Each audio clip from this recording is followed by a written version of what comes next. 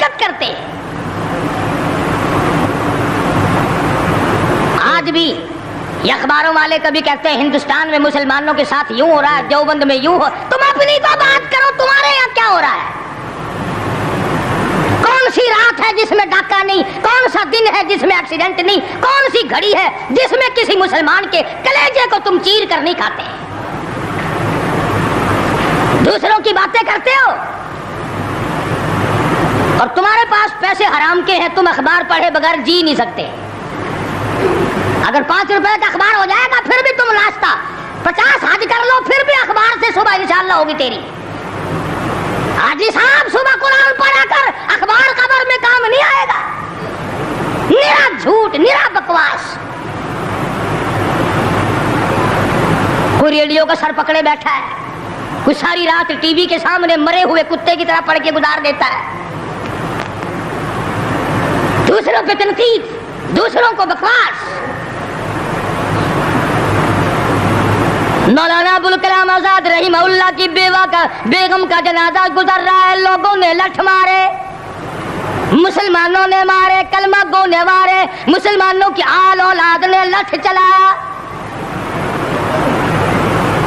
سید عطا اللہ شاہ صاحب بخاری رحمۃ اللہ علیہ کو پتہ چلا, تیسرے چوتھے دن تشریف لے گئے, بن بلائے گئے.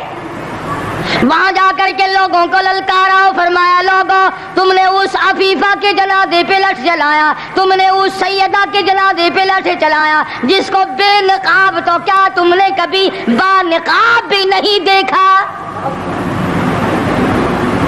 لیڈر کی بیوی تھی, عالم کی بیوی تھی, بہت بڑے سیاستدان کی بیوی تھی. کلکتے کے لوگوں نے مولانا ابوالکلام آزاد کی بیوی کو کبھی بغیر پردے تو کیا پردے میں بھی نہیں دیکھا. آج تو جب تک ساتھ لے کر بازار میں سے گزر نہ جاؤ اس وقت تک لیڈری نہیں چمکتی. کم سے کم پتہ تو چلنا چاہیے نا اس کے گھر میں مال کیسا ہے. اور اب تو بلکہ جب نکاح ہوتا ہے تو اسی وقت دلہے دلہن کا اخبار میں فوٹو آتا ہے کہ دلہا کس بھاؤ کا, دلہن کس بھاؤ کی ہے. شرم نہیں آتی مسلمان کہلاتے ہوئے. ادھر کی بارات میں بھی حاجی, ادھر کی بارات میں بھی مسلمان اور نمازی. بھئی یہ کیا حرکتیں ہو, ارے بس لڑکے وڑکے ہیں نا, چھوکرے وکروں کے کام ہے یہ. کیا قیامت میں قبر میں گزارا ہو جائے گا یوں ہی؟ اللہ پوچھے گا کہ تم کیا کیا بدماشیاں کیا کرتے تھے. اب جی ہم تو بڑے نیک آدمی تھے, ہمارے لڑکے بڑے حرامی تھے, وہ یوں کیا کرتے تھے. کیسے کام چلنے لگا. سید عطا اللہ شاہ صاحب بخاری رحمت اللہ علیہ نے للکار کے کہا تم نے اس عفیفہ کی بے عزتی کی, توہین کی, سیدہ کی توہین کی جس نے کبھی تم نے کبھی اس کو بے نقاب تو کیا با نقاب بھی نہیں دیکھا, برقعے کے ساتھ بھی نہیں دیکھا. فرمانے لگے میری نگاہ, میری نظر, میری آنکھ دیکھ رہی ہے کہ تمہاری لاشوں کو کلکتے کے بازاروں میں کتے گھسیٹ رہے.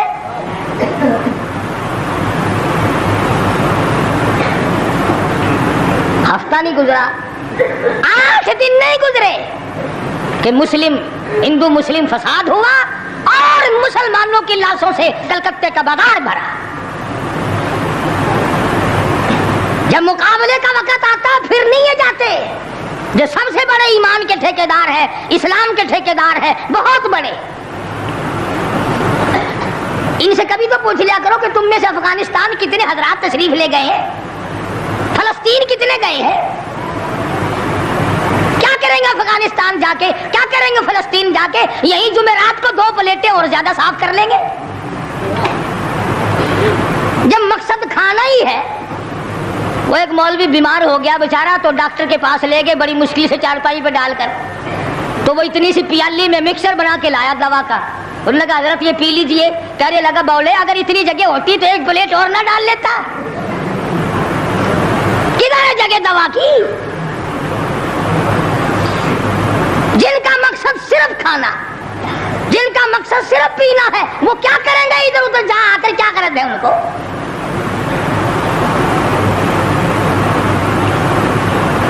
شیخ العربی والا جم حضرت مولانا سید حسین احمد صاحب مدنی رحمت اللہ علیہ جی علمی ہے, انگریز کی مخالفت کرتے ہوئے دشمنی کرتے ہوئے جیل میں ہے. آپ کو اطلاع دی گئی مولانا تمہاری والدہ انتقال کر گئی, جنازے پہ آ جاؤ. اماں کا کر منہ دیکھ لو, کندھا دے دو, ساری عمر کے لیے تمہاری والدہ کا چہرہ چھپ جائے گا. مولانا نے جواب دیا ایک والدہ کا, ایک بھاوج اور بھابھی کا, بھتیجی اور بہنیں. مولانا مدنی کے جیل میں رہتے رہتے 6 جنازے گھر سے نکلے.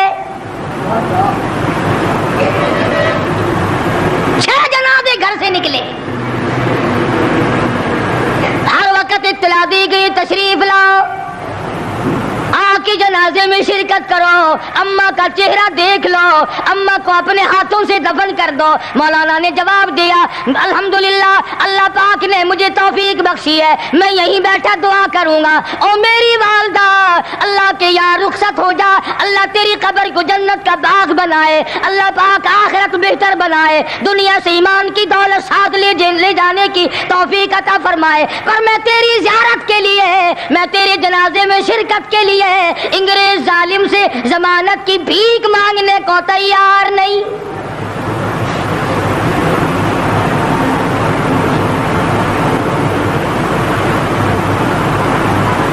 ڈیڑھ سو سوا سو سال علماء دین انگریز ظالم سے ٹکرائے, مریتوں سے ٹکرائے. ماشاء اللہ, سبحان اللہ. تو دوستو کیسا لگا حضرت قاری حنی ملتانی صاحب کا آپ کو یہ بیان فرما رہے تھے حضرت قاری حنی ملتانی صاحب اپنی خوبصورت انداز اور خوبصورت آواز کے ساتھ. تو آئے دوستوں ملتے ہیں اگلی ویڈیو میں اگلے بیان کے ساتھ. اگر آپ کو ہماری یہ ویڈیو اچھی لگے تو ہماری اس ویڈیو کو لائک اور چینل کو سبسکرائب ضرور کرے اور اپنے دوستوں اور رشتہ داروں میں شیئر ضرور کرے. تو دوستوں ایک پیارا سا کمنٹ کرنا نہ بھولے, ہم آپ کو جاننا چاہتے ہیں کہ ہماری ویڈیو آپ کو کیسی لگتی ہے, تو ایک کمنٹ ضرور کرے. تو آئے دوستوں کل پھر ملتے ہیں ایک نئی ویڈیو کے ساتھ, تب تک کے لیے آپ سبھی کو اللہ حافظ. السلام علیکم ورحمۃ اللہ وبرکاتہ.